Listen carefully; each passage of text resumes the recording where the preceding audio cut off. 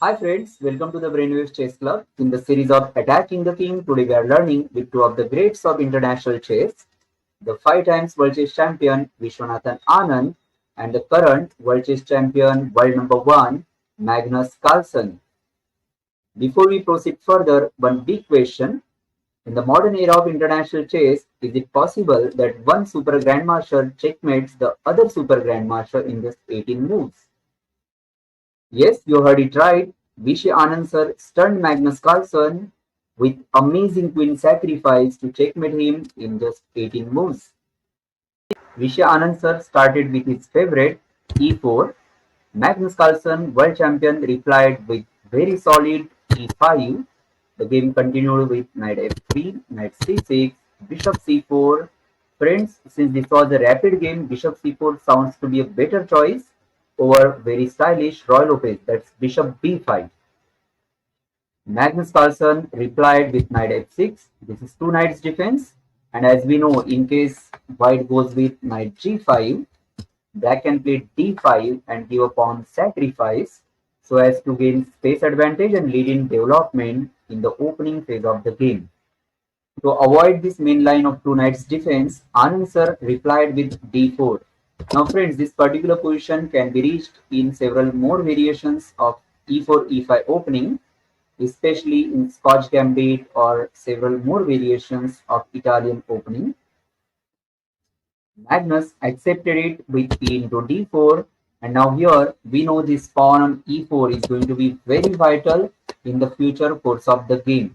Anand sir went with castle so that he can bring the rook on e1, and it's going to be very dangerous to put pressure against black's king on the e file. So let's continue. Magnus had the choice to play knight takes e4, there could be rook e1, and there will be d5. Yes, this move gives black equality in almost all variations of e4, e5 opening. Instead, Magnus went on to play bishop c5, allowing Anand sir to transpose this opening to very dynamic variations of Max Planck attacks. See what happens with the initiatives of e5.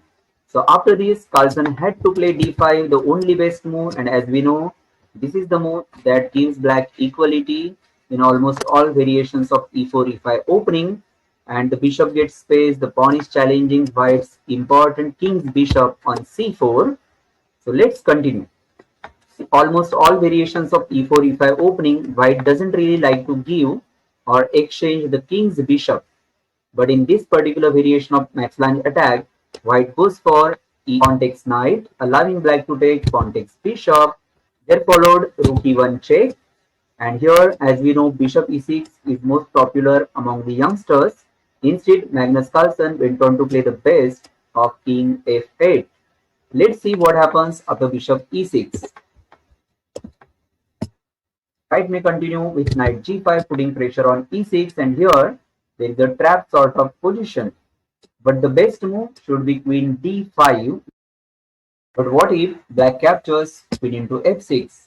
Yes, you all are right. Knight into e6 allows us to get the double attack on full smith diagonal. Here we can see the exposed king is challenged. At the same time, the bishop on c5 is attacked with the queen. In the game, Magnus went on to play king f8. Anand sir went on to play the best of bishop g5. Now the threat is pawn into g7 check and the discovered attack on black's queen on d8. To avoid all these, Magnus played the best pawn into pawn, and there came check. And now friends, after king g8, we can see black's king is very much awkward and the rook on h8 is stuck at the starting square. Technically, this is a full rook down to black, and the king is very much weakened because of the bad pawn structure in whole king side. So how to proceed from the white side? Anand sir played knight c3. Now this is kind of a trap. We can see that in case black accepts the sacrifice, there will be checkmate on the back rank. That's it. Bishop f8, and there is rook into f8 checkmate. To avoid all these possibilities, Magnus played bishop g4. Now here it was very simple for Anand sir to play knight e4. Now we can see the bishop on c5 is challenged with the knight on e4. So friends, this is the most critical position of this game.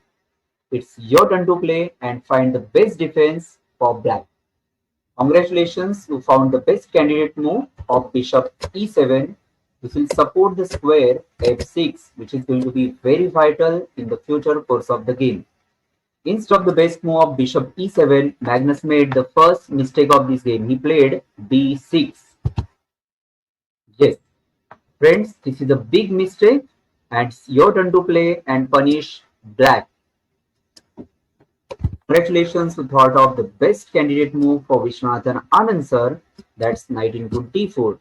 Let's see, this is beautiful queen sacrifice because there is direct threat, checkmate threat with queen into g4, and that forces Carlsen to capture bishop into queen, and in that case there will be knight into c6 coming in. There are several threats. There is direct attack on queen, there is knight into f6 checkmate threatened. At the same time, the d1 bishop is challenged with both the rooks. So after knight into c6, this is almost check and mate because black doesn't really have any satisfactory defense against the threat of knight into f6 check and mate. So there can be bishop f8 played, and after this move I would suggest you can simply take rook into d1. One more time, if he just makes bishop into h6, you can simply take knight into queen on e8.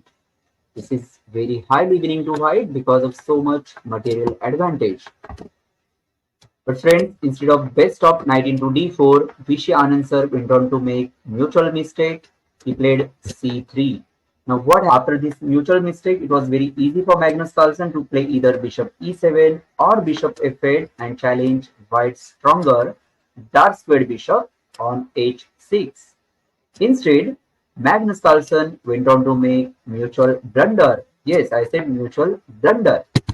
That's knight e5. So friends, one more time, friends, it's your turn to play and checkmate black on just 18th move. Congratulations all of you who got the best move, and now here our answer wasn't going to miss on knight takes e5.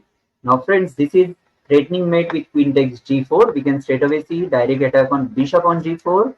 At the same time, black is already a piece down. So it was forced for Carlsen to accept the queen sacrifice. And there came another stunning move of knight d7, attacking f6 pawn 2 times with both of the white's knight. Magnus Carlsen do? He couldn't take queen takes d7 because of the checkmate with knight into f6. He tried with his last resort of bishop e7. He wanted to support the square f6 so as to defend against the checkmate threat. But there you go. Yes, you all are right. Knight e into f6 check, opening up the x-ray of rook on e1 to e8, and it forced Carlsen to take on f6 with bishop into f6, and there came the decoying of the queen. We know the guard of f6 is the only queen on d8, so there came rook e8 check, forcing black to take queen into e8, and there came knight f6 check and mate. We can see the black's team is badly trapped because of bishop on h6, and the knight is giving the final check and mate. I am sure you all enjoyed this short and sweet brilliancy of modern era of 21st century. It was unbelievable to see that Magnus Carlsen got checkmated on just 18th move, because we all know how stronger super grandmaster he has been during last 10-15 years. But this was the class and form of the 5 times world chess champion Vishwanathan Anand sir. Several months after his Norway Rapids, at the age of around 48 years, he played best of his chess against the strongest and youngest of his opponents to emerge as the champion at the Rapid World Chess Championship held in Riyadh in December 2017. He had stunning games against all of his opponents, including Magnus Carlsen. Before I take your leave, do remember to comment about your favorite short and sweet brilliancy from the world-class chess of modern era of 21st century.